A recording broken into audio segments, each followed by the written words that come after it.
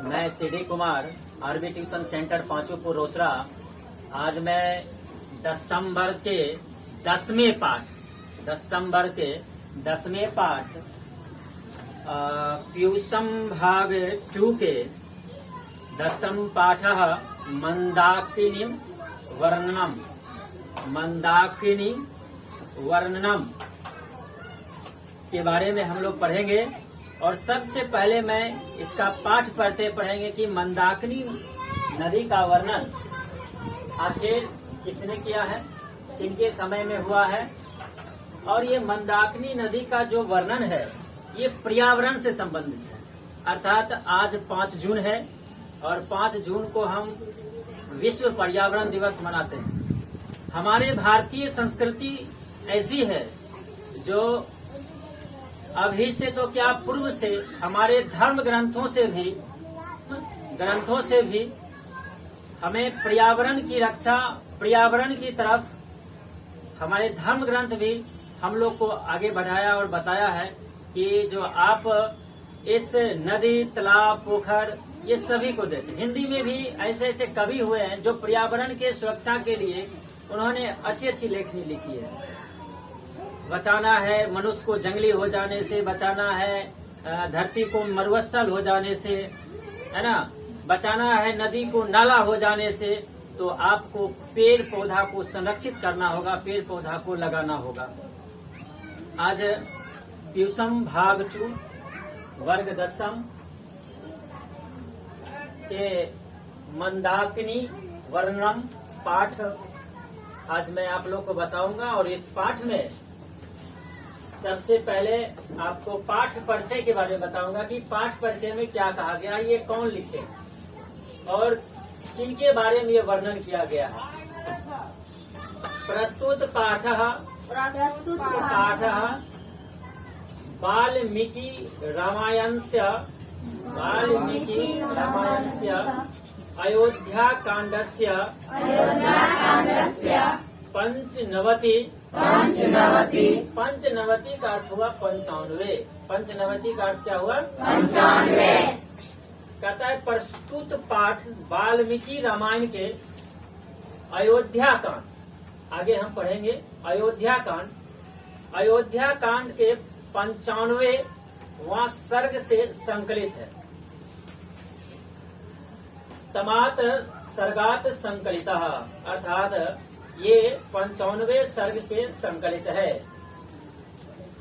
One वास प्रसंगे रामः सीताया लक्ष्मणे च सह चित्रकूटम प्राप्नोति। कहने का अर्थ हुआ वनवास प्रसंग में राम, सीता एवं लक्ष्मण एक साथ चित्रकूट जाते हैं।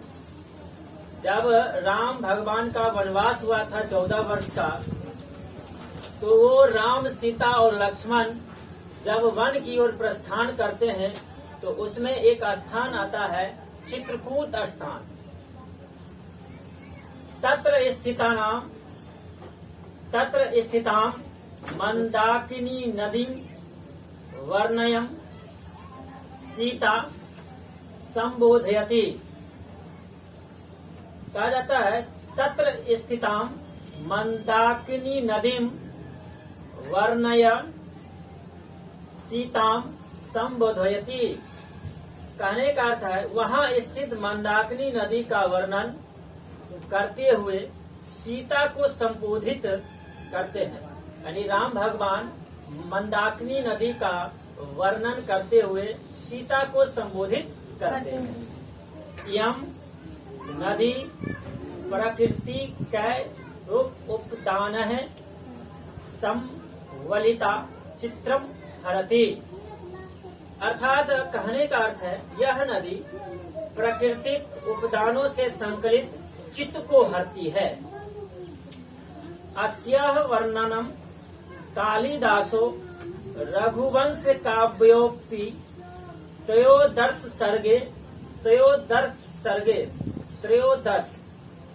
सर्गे आकृति। इसका वर्णन कालिदास भी रघुवंशम में त्रयोदश सर्ग में किया है।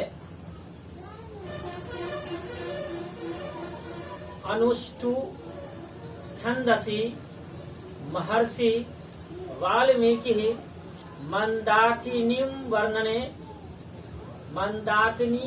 वर्णने प्रकृते यथार्थम चित्रम कुरुते। अर्थात अनुष्ठुय छंद में वाल्मीकि मंदाकिनी नदी की प्राकृतिक चित्रण का आकलन की है। अर्थात ये वाल्मीकि जी प्राकृतिक चित्रण का आकलन किए हैं कि हम आप कितनों भी भौतिक वातावरण से ऊपर से हम खुश हैं, लेकिन अपने चित्त को प्रसन्न के लिए हमें प्रकृति के पास जाना ही पड़ेगा, प्रकृति से हमें लगाना ही पड़ेगा मन। भगवान राम सीता को इस प्राकृतिक वातावरण अर्थात मंदाकिनी नदी के सामने बैठकर प्रकृति के वातावरण को दिखाते हुए उनको प्रसन्न करते हैं।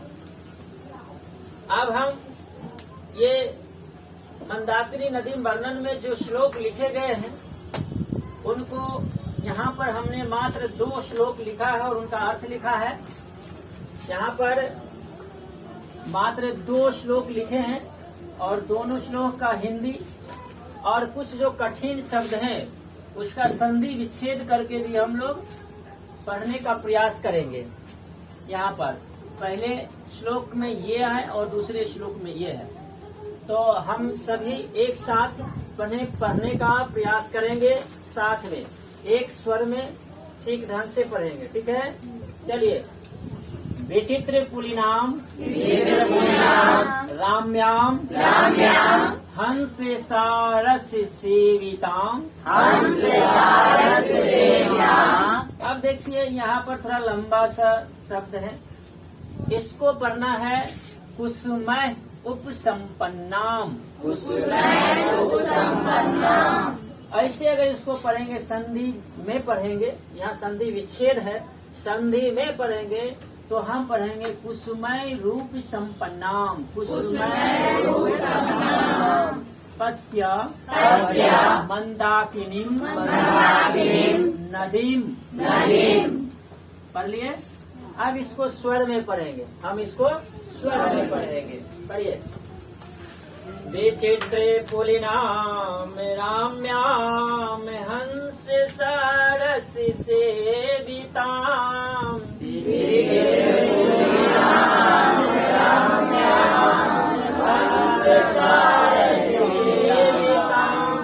कुसुमरूप संपन्नाम पश्य मंदाकिनीं नदीम्।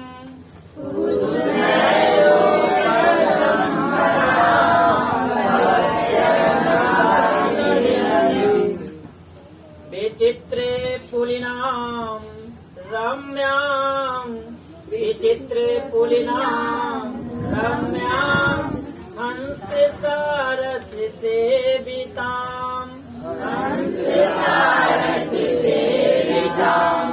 कुसुमरूप संपन्नाम पश्य मंदाकिनीं नदीम्।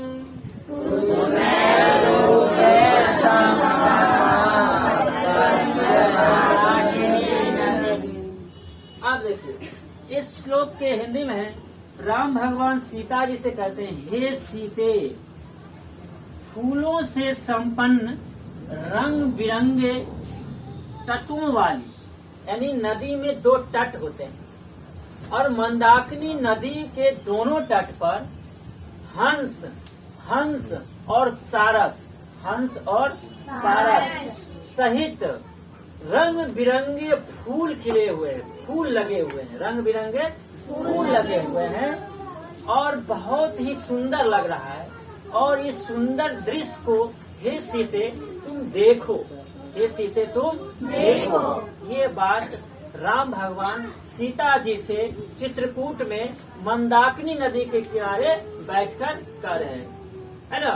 लेकिन आज के आधुनिक युग में हमारे जो लोग जाते हैं हनीमून मनाने, कन्हू पोखर के किनारे बैठ करके कहते स्विमिंग पूल है ना, स्विमिंग पूल है, तो वो सब प्रकृति का दृश्य देख करके खुश करते थे अपने प्रीतम को।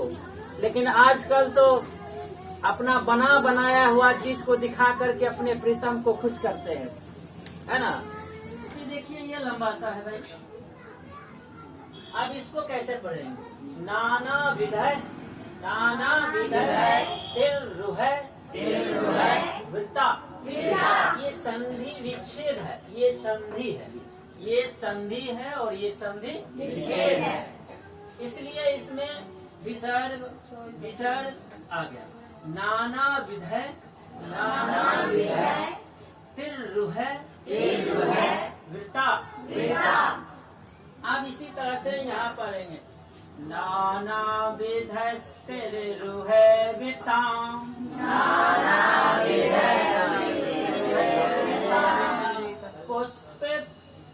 पुष्पे फल द्रुमः। सही लिखा है ना भैया?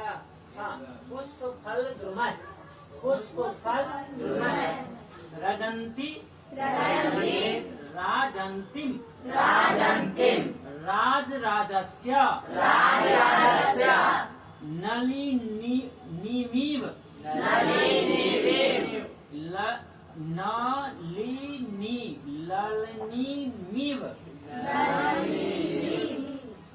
नलिनीमीव सर्वतः। नाना विधस्तिरुहै वृत्ताम्।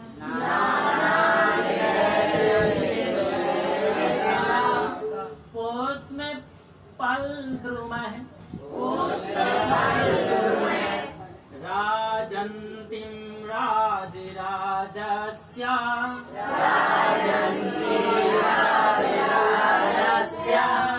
नलिनीमेव सर्वतः।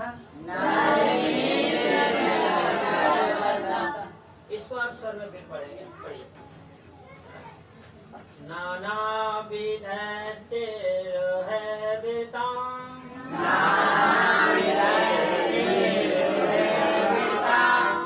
पुष्प फल द्रुमः राजन्तीं राजराजस्य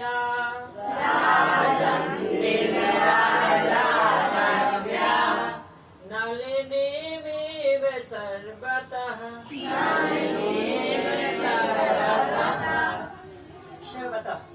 शर्वतः, ठीक है, पढ़ना आ गया। अब इस श्लोक का हिंदी है हे सीते। फिर सीता जी को कह रहे हैं हे सीते, नाना प्रकार से आकृष्ट करते हुए। नाना विधस्तिरुहै वृत्ताम्। नाना प्रकार माने अनेक प्रकार, नाना प्रकार माने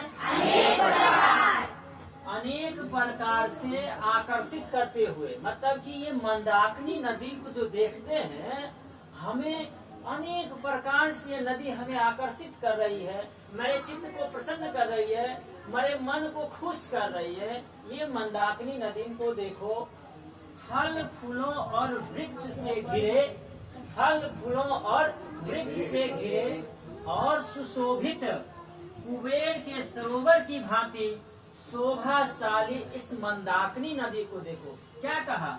वृक्ष से घिरी और सुशोभित कुबेर के सरोवर।